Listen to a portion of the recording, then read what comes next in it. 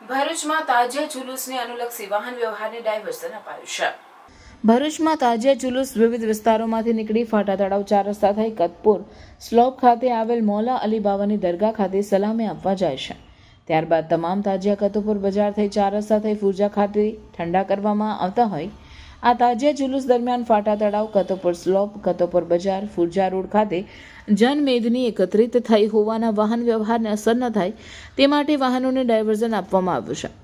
ફાટા તળાવથી જુમા મસ્જિદ સુધી, કતપુર સ્લોપથી મોટા રસ્તા ફુરજા બંદર સુધીનો, ફાટા તળાવથી નગીના મસ્જિદ, ધોબીવાડ છીપવાડ ચોકથી મોટા 4 રસ્તા સુધીનો, સોનેરી મહેલથી જાલિયા મસ્જિદ, એન્ડ્રુસ બાવાની દરગાહ, વલંદા કોઠી અને વડાપડાથી કતપુર સ્લોપ સુધીનો રસ્તો 2 દિવસ સુધી વાહન વ્યવહાર માટે બંધ રહેશે।